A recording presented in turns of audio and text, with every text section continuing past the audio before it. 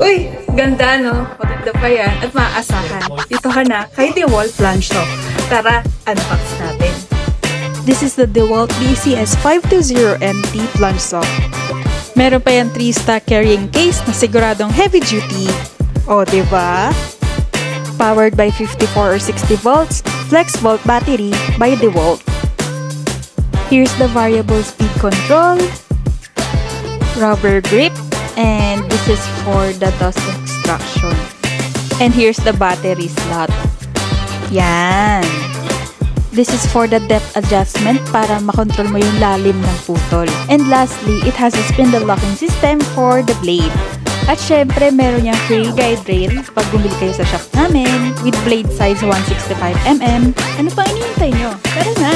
Basta tool savvy, legit!